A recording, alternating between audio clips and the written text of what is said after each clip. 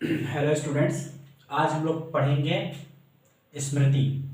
आप लोगों के सिलेबस में जो बीए एजुकेशन और बीएड का सिलेबस है उसमें स्मृति की इतनी ही बातें अगर आप ठीक तरीके से समझ लिए तो आप लॉन्ग क्वेश्चन भी और शॉर्ट क्वेश्चन भी आसानी से कर सकते हैं और ऑब्जेक्टिव टाइप के क्वेश्चंस भी आप आसानी से कर पाएंगे। इनके कॉन्सेप्ट्स को समझना है। मैं पढ़ाता हूँ जब तो यह कोशिश करता हूँ कि आप एक बार देखें तो आपका कॉन्सेप्ट क्लियर हो, आपको रटना न पड़े और आपका इस तरीके से दिमाग खुल जाए कि आप एक कॉन्सेप्ट को पढ़ने के बाद बाकी कॉन्सेप्ट जो साइकोलॉजिकल कॉन्सेप्ट्स होते हैं, एजुकेशनल साइकोलॉजी के जो कॉन्सेप्ट्स होते हैं वो एक दूसरे से इस कदर जुड़े होते हैं कि एक को समझ के आप दूसरे को आसानी से कनेक्ट कर सकते हैं। और इस तरीके से 3-4 कॉन्सेप्ट आप पढ़ लेते हैं तो अगर कोई क्वेश्चन एग्जाम में इस तरीके का आ जाता है जो आपको नहीं आ रहा है तो बड़े ही आराम से आप उसको सॉल्व कर सकते हैं। तो स्मृति को अंग्रेजी में क्या कहते हैं? मेमोरी।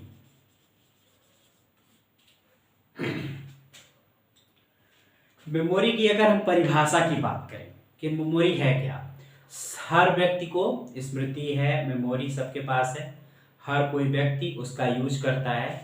तो इसकी परिभाषा में आपको 2 चीजें ध्यान रखनी है कि सूचनाओं को कहते हैं कि उसकी स्मृति, उसकी मेमोरी बहुत तेज है। मेमोरी तेज होने का क्या मतलब है? मेमोरी तेज होने का मतलब क्या है कि वह कोई भी चीज पूछा जाता है तो वह बता देता है, कोई भी चीज वह उसके सामने से गुजर जाती है तो उसको याद रहती है। तो प्रश्न ये उठता है कि आपको पता कैसे चलता है कि कोई भी चीज अमुक व्यक्ति को याद है? यह तब पता चलता है जो आपको बताता है। तो बताता है तो यहाँ पे आपके सामने क्या समझ में आया कि वह आपको बताएगा। बताएगा चाहे लिख के बताए या बोल के बताए, किसी भी तरीके से आपको वो कोई न कोई चीज आपको बताएगा, तब आपको पता चलेगा। जैसे हम लोग क्या कहते हैं कि अमुक व्यक्ति को गाना याद है, बहुत पुरानी कहानी कोई हुई थी, घटी थी, वो उसको पूरी तरीके से याद है, एक बार पढ़ लेता है तो उसको नहीं भूलता। तो यह आपको पता कैसे चलता है कि नहीं भूलता? जब क्लास में वो टीचर को बताता है तब ना पता चलता है। आपको बहुत सारा एकदम बहुत अच्छे तरीके से याद हो, लेकिन किसी लड़के को याद हो और वह क्लास में टीचर पूछे और ना बता पाए या क्वेश्चन दे दे लिखने के लिए। कई बार ऐसा भी होता है कि मेमोरी में व्यक्ति के बहुत कुछ होता है, वह बोल नहीं पाता है, एजिटेट होता है, लेकिन लिखने के लिए दे दिया जाता है तो वह लिख देता है, तो वह भी उसमें आएगा, लिख के बता रहा, बोल के बता रहा। तो मेन बात यह है कि जब तक कोई भी व्यक्ति बता नहीं पाता, बताता नहीं, तब तक यह नहीं पता चलता कि उसकी स्मृति कैसी है। तो कुल मिला के व्यक्त तो होना चाहिए कि वह बता सके, जो भी पढ़ा है, याद किया है, समझा है, उसको वो बता सके। तो स्मृति क्या है? सूचनाओं को बता रहा है वो। तो सूचनाओं को कहां से बताएगा वो? जब उसके मन में सूचनाएं, उसके मस्तिष्क में सूचनाएं स्टोर रहेंगी तब न बताएगा। बिना स्टोर के कहां से बता देगा? कोई भी चीज उसके दिमाग में पहले स्टोर रहेगी और जरूरत पड़ने पर वह उसका उपयोग करेगा, तो वह उसे स्मृति कहेंगे। तो स्मृति क्या है? सूचनाओं को मन में इकट्ठा करना और आवश्यकता पड़ने पर उनका उचित जगह पर उपयोग कर पाने की कला को स्मृति कहते हैं। यह स्मृति है या मेमोरी है। ठीक, तो आपके समझ में आ गया होगा कि स्मृति क्या है। तो इसमें दोनों चीजें आपको याद रहनी चाहिए कि सूचनाओं को इकट्ठा रखना मस्तिष्क में और आवश्यकता पड़ने पर उनका उपयोग करना स्मृति है। अब हम लोग आ जाते हैं कि स्मृति के कितने प्रकार हैं। तो जैसा कि आप देख पा रहे होंगे, एक ये और एक ये, इसको आप अभी छोड़ दीजिए। पहला क्या है? पॉजिटिव। इसके 2 एस्पेक्ट होते हैं, 2 पक्ष होते हैं। पहले मैंने आपको परिभाषा बताया, अब आपको पक्ष बता रहा हूं 2। पहला है पॉजिटिव, दूसरा है निगेटिव। तो स्मृति में वो सूचनाएं जिनको आप याद करके रख पाते हैं उसे कहते हैं धनात्मक पक्ष, और जो सूचनाएं आप याद करके रख पाने की आपके अंदर योग्यता नहीं होती है, अक्षमता होती है, याद करके रख पाने की अक्षमता को ऋणात्मक पक्ष या निगेटिव एस्पेक्ट कहते हैं, और याद करके रख पाने की योग्यता को पॉजिटिव एस्पेक्ट या धनात्मक पक्ष कहते हैं। इसे कहते हैं रिमेम्बरिंग। याद रखिएगा, धनात्मक पक्ष को रिमेम्बरिंग कहते हैं और ऋणात्मक पक्ष को फॉरगेटिंग कहते हैं। तो रिमेम्बरिंग फॉरगेटिंग क्या है? रिमेम्बर को हिंदी में कहते हैं याद करके रखना।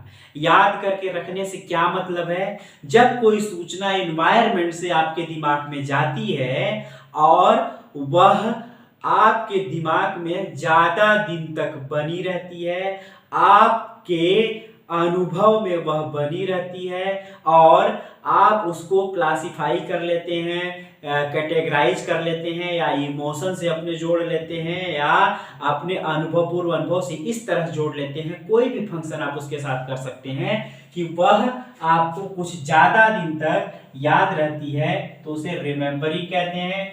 और वह आपके दिमाग से उसके स्मृति के जो चिन्ह हैं, मेमोरी के जो ट्रेसेस हैं, वह डाउन पड़ने लगते हैं, कमजोर पड़ने लगते हैं, तो उसे क्या कहते हैं? फॉरगेटिंग, विस्मृति।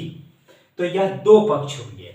तो यह दोनों, ये और ये आपको याद रखना है। तो अभी तक मैंने क्या दो चीजें बताई आपको? स्मृति की परिभाषा और इसके दोनों पक्ष। इसमें आपको याद रखना है कि क्वेश्चन कभी कभी पूछता है कि स्मृति के पॉजिटिव पक्ष को क्या कहते हैं, तो रिमेम्बरिंग कहते हैं, निगेटिव पक्ष को फॉरगेटिंग कहते हैं। रिमेम्बरिंग मतलब याद करके रखना, फॉरगेटिंग मतलब स्मृति। अब चलिए हम लोग आते हैं अवस्थाओं के ऊपर। यहाँ पे बड़ा ध्यान से समझना, मैंने कोडिंग टाइप की हुई है, उसको आपको यहाँ पे ध्यान से समझना है।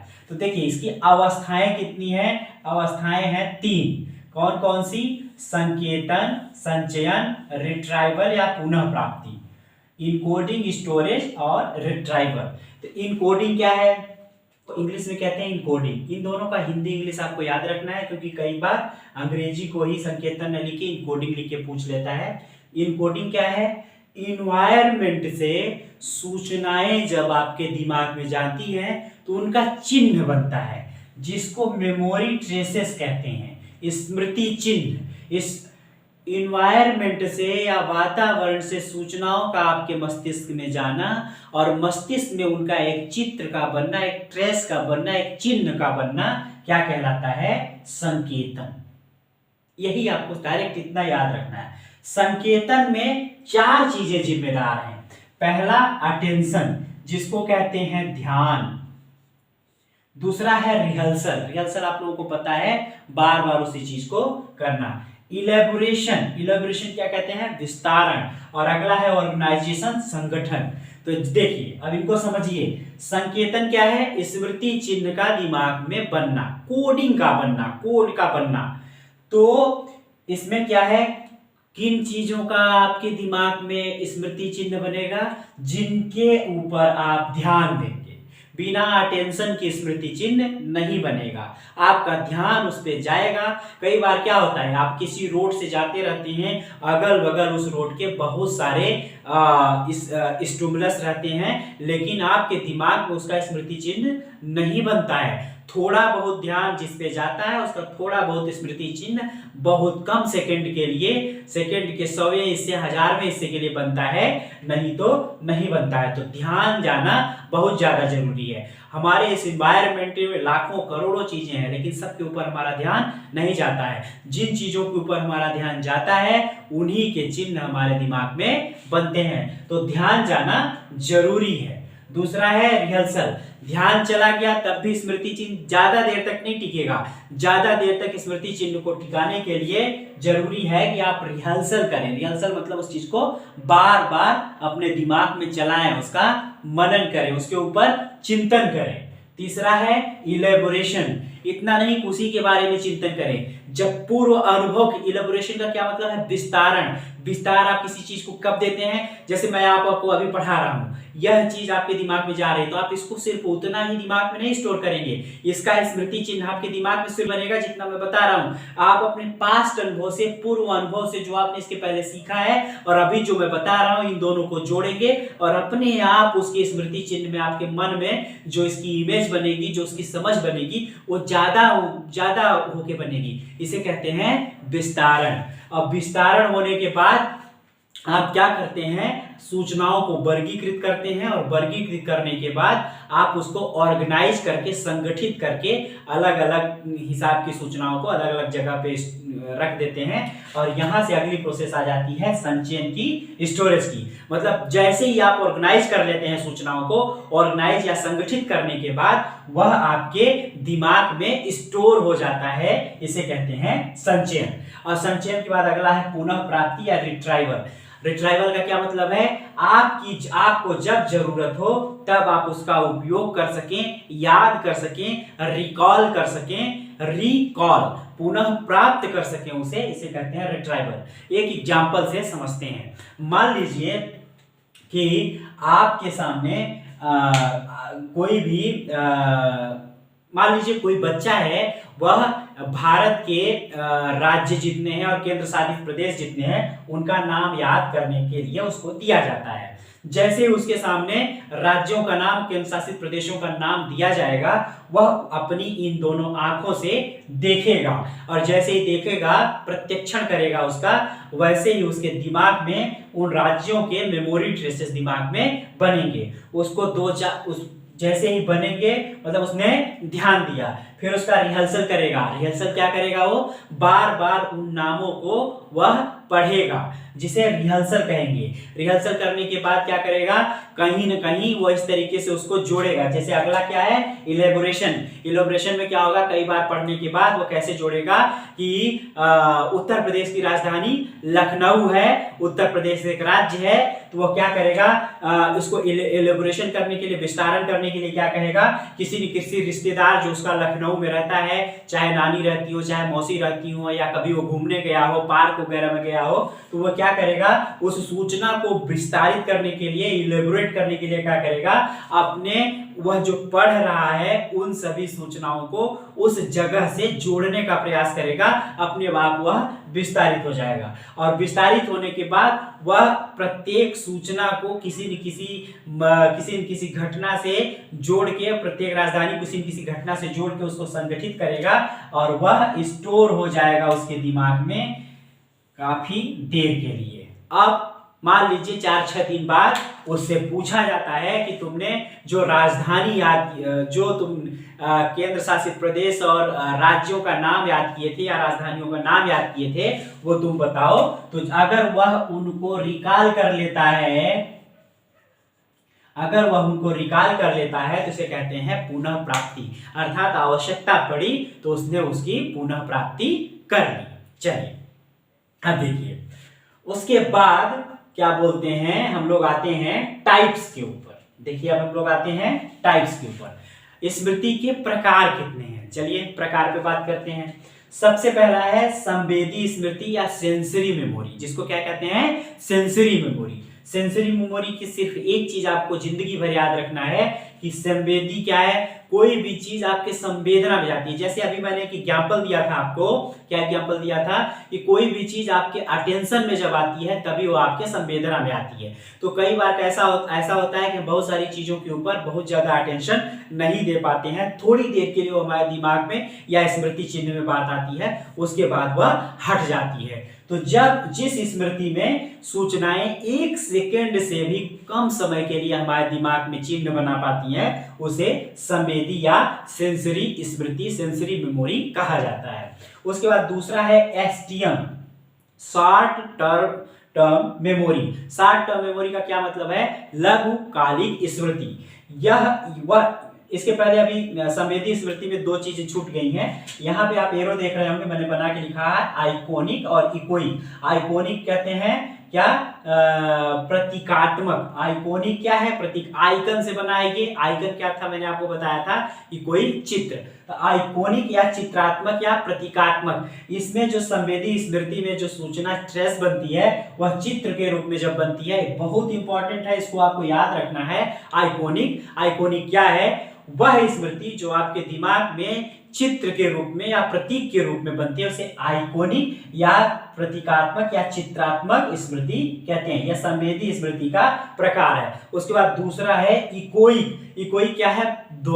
ध्वन्यात्मक। जब ध्वन के रूप में कोई भी सूचना आपके सेंसरी स्मृति में, ट्रेस में, मेमोरी में बनती है, मेमोरी में उसका ट्रेस बनता है, तो उसे कहते हैं इकोइक। उसके बाद दूसरा मैं बता रहा था STM, short term memory. Short term Ghajini film आप लोगों ने देखी होगी, उसमें जो आमिर खान रहता है वो शॉर्ट टर्म मेमोरी लॉस के डिसऑर्डर से ग्रसित रहता है। थोड़ी देर बाद उसको आधे घंटे में सूचनाएं भूला करती थी, वहां से आप उसको याद रख सकते हैं।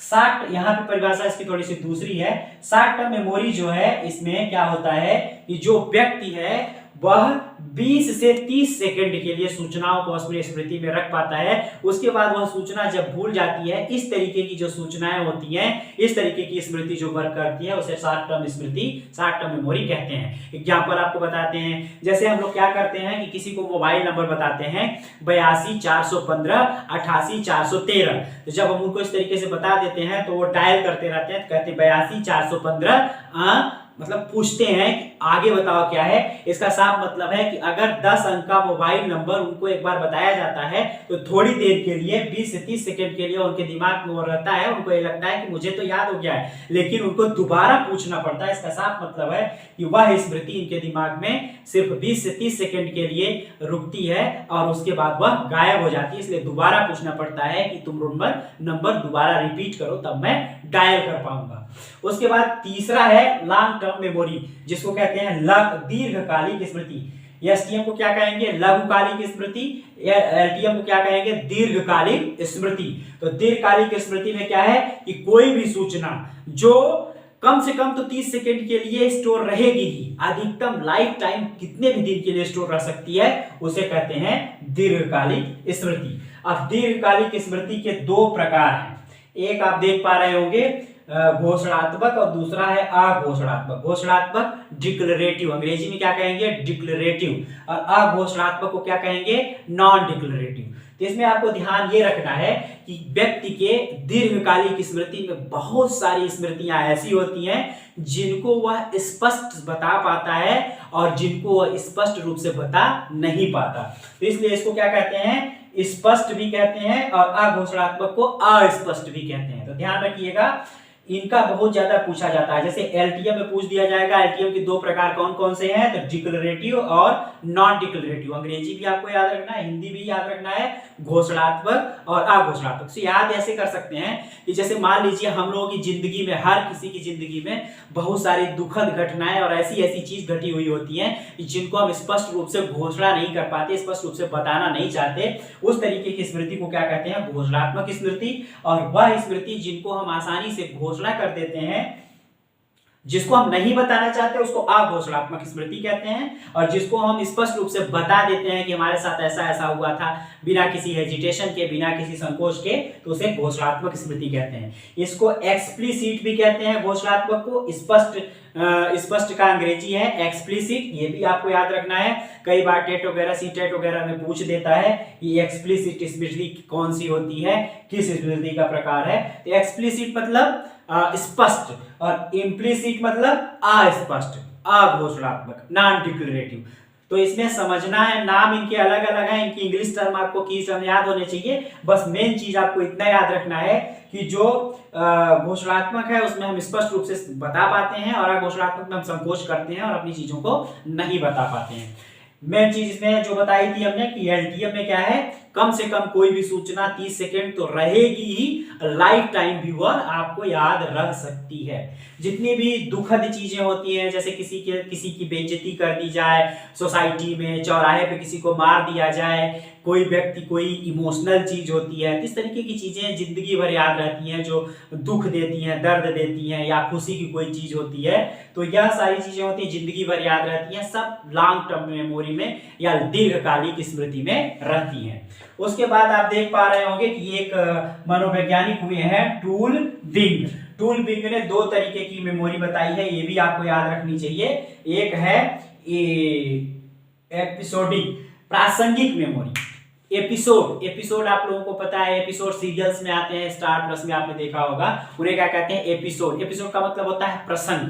तो यह जो एपिसोडिक मेमोरी है, प्रासंगिक मेमोरी है, वह प्रसंग से रिलेटेड है। इस तरीके की स्मृति किसी विशेष घटना से रिलेटेड होती है कि एक बार दिवाली में, जैसे मान लो किसी व्यक्ति ने यह बताना शुरू किया, एक बार दिवाली में वह पटाखा फोड़ रहा था, तो पटाखा इस तरीके से जलाया कि वो पटाखा निकल के किसी व्यक्ति को जाके लगा और उसके बाद उसके शरीर में आग लग गई। तो यह एक एक प्रसंग है दिवाली, उस प्रसंग पर कोई भी उससे रिलेटेड जो स्मृति व्यक्ति के दिमाग में कोई याद में चीज रहती है तो उसे कहते हैं प्रासंगिक स्मृति। उसके बाद दूसरी स्मृति है सिमेट्रिक स्मृति, जिसको कहते हैं अर्थगत स्मृति, इसको अंग्रेजी में कहते हैं सिमेट्रिक स्मृति। यह बहुत बार परीक्षा में पूछा जाता है।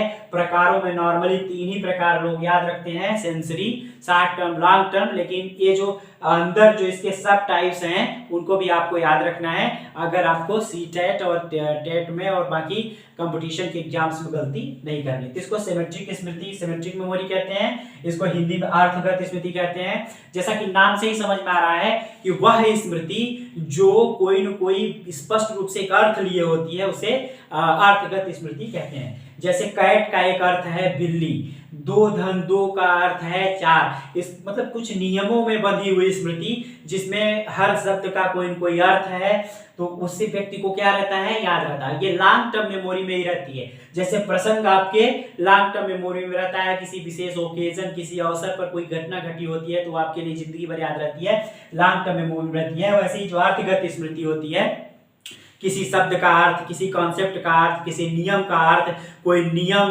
कोई लॉ, कोई थ्योरी, तो इस तरीके से चीजें जो होती हैं वो अर्थगत होती हैं। सिमेट्रिक मेमोरी इसको कहते हैं।